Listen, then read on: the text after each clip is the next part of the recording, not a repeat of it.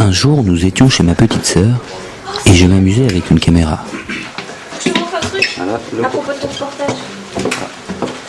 Elle savait que j'avais un projet qui parlerait de l'écart. Parce que je sais pas pourquoi j'ai foutu mon magazine dedans. Il y a un truc sur l'écart. Aussi, ça me saoule. Elle me montrait un article paru dans l'Étudiant. Ah d'accord, ok. L'audiovisuel de demain à Cherbourg. Aubaine ? Peut-être bien. Mais aubaine pour qui ?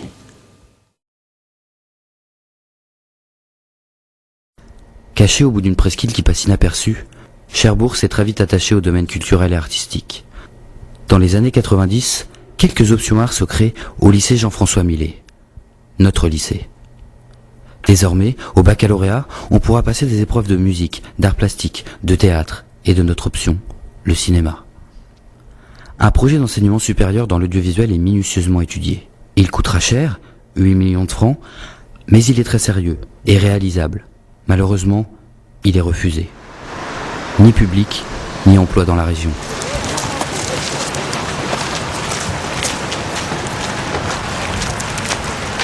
Et si l'éducation nationale avait répondu aux besoins, je suis partant, je vous l'ai déjà dit tout à l'heure. Si l'éducation nationale voulait former, donner toutes les formations, mais ça serait merveilleux. Enfin merveilleux, j'en suis pas sûr. Ah, je suis même, non j'arrête, c'est pas merveilleux. En tout cas, ça serait pas mal qu'ils offrent quand même un certain nombre de choses. Or, l'éducation nationale ne les offre pas. Alors, qu'est-ce qu'on fait? On ne reçoit pas de formation parce que l'éducation nationale est carencée? Mais Cherbourg, notre cité, dispose de trésors oubliés. Entre le lycée et la mer, 4 murs entourent quelque chose au milieu de la ville qui s'est construite autour. À l'intérieur, c'est un véritable joyau du passé. Un merveilleux souvenir du Second Empire qui va soudain faire l'actualité. Oublié pendant des dizaines d'années, l'hôpital maritime va soudain faire l'objet de toutes les attentions. Silence, moteur et action.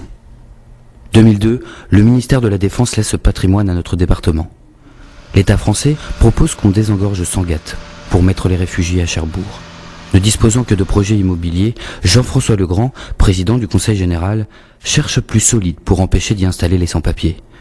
Il propose alors l'école des Beaux-Arts et pense soudain trouver une meilleure idée. Lorsqu'une infrastructure se trouve disponible ou se trouve à occuper, il est nécessaire d'avoir quelques idées et d'essayer de faire quelque chose. L'opportunité et le hasard.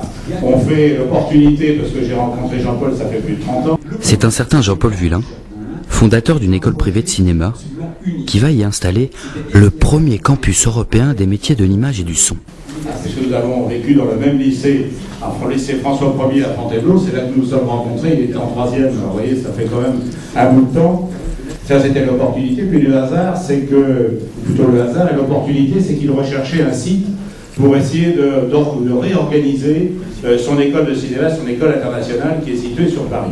C'est comme ça que les choses se sont faites, que le déclic s'est fait, et qu'un beau jour on a imaginé qu'on pouvait peut-être, ici dans l'hôpital des armées, avoir la base d'une nouvelle palette, d'un nouveau fleuron de formation sur l'ensemble du Cotentin et de la Manche, et qu'à chaque fois, et ça c'était la certitude que nous pouvions avoir, à chaque fois qu'une collectivité, qu'elle soit ville, département, investira dans la formation, elle jouera gagnant. Mais pour un tel projet, M. Vullin n'a pas un compte bancaire à la hauteur. Qu'à cela ne tienne, Jean-François Legrand lui débloque à vitesse grand V 15,5 millions d'euros de fonds publics. Enfin, ce qui m'avait fait réagir et ce qui avait fait réagir un certain nombre de camarades syndicalistes de l'enseignement et beaucoup de collègues à ce moment-là, au moment de la création de l'écart, c'est deux choses. D'une part, la faiblesse des moyens depuis très longtemps qui étaient accordés à la rénovation des bâtiments, par exemple du lycée Millet, d'une part, et d'autre part, la difficulté que nous avions, que le lycée avait à ouvrir, et a toujours d'ailleurs, à ouvrir ici une section de brevet de technicien supérieur, de BTS audiovisuel. Et sur ce fond, donc dans ce contexte, on a vu se créer très très rapidement une école de cinéma privée à Cherbourg, dans les locaux de l'ancien hôpital des armées. Tous les espoirs de voir une section supérieure en audiovisuel dans notre établissement s'évanouissent à jamais. L'installation de l'écart, l'école de M. Vullin, a coûté beaucoup plus cher que ce que l'on devait dépenser pour le projet du lycée Millet. Mais faut-il pour autant bouder l'école ? Tout le monde surveille alors la presse locale pour suivre l'installation de l'école. Et soudain, le rêve prend des allures de cauchemar, si l'on en croit la Manche Libre. Vous savez, je vais vous dire tout de suite, j'ai travaillé dans l'audiovisuel, alors je sais un peu ce que c'est. Quand on rentre chez quelqu'un, j'ai fait pas mal de films, c'est pour ça d'ailleurs que je parle en connaissance de cause en ce qui concerne l'écart. Si vous voulez faire des films et si vous voulez travailler là-dedans, vous ne rentrez pas comme ça, surtout dans une entreprise privée, mais chez qui que ce soit avec une caméra au point. Hein. Vous êtes sûr de rien faire avec ça. Et là, je suis désolé, mais moi, j'avais pas du tout prévu ça. Et je trouve ça un peu cavalier de votre part, arriver comme ça avec deux caméras au point. Enfin, on n'est pas des... C'est juste une histoire de temps, c'est pas une prise en otage. Non, mais c'est un conseil de... Parce que je vois que vous êtes jeune, moi je suis pas vieux non plus, c'est un conseil que je vous donne. Vous arriverez à rien faire en arrivant comme ça dans les pièces avec des caméras et des trucs sur les oreilles, hein. Vous êtes sûr de vous planter. Et là en l'occurrence vous vous plantez parce que moi ça me braque complètement. Allô monsieur Villain, c'est pour vous dire que, enfin c'est les 3 élèves du lycée Millet, c'est pour vous dire qu'on est parti. C'est toujours bon? D'accord, on arrive. Ok. D'abord, est-ce que ça s'appelle... Pour moi, c'est pas un journal. Puisque c'est pas... Un journaliste qui fait ça n'est pas un journaliste. Il s'est permis de récupérer des fausses informations, de dire n'importe quoi, il prétend qu'il m'a posé des questions, qu'il a voulu savoir si j'étais... c'est faux.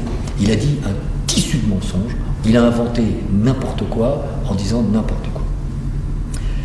Donc, là, moi je viens avec un projet, j'ai une société, je suis gérant, et ce monsieur m'a laissé entendre que j'étais interdit de gestion, mensonge.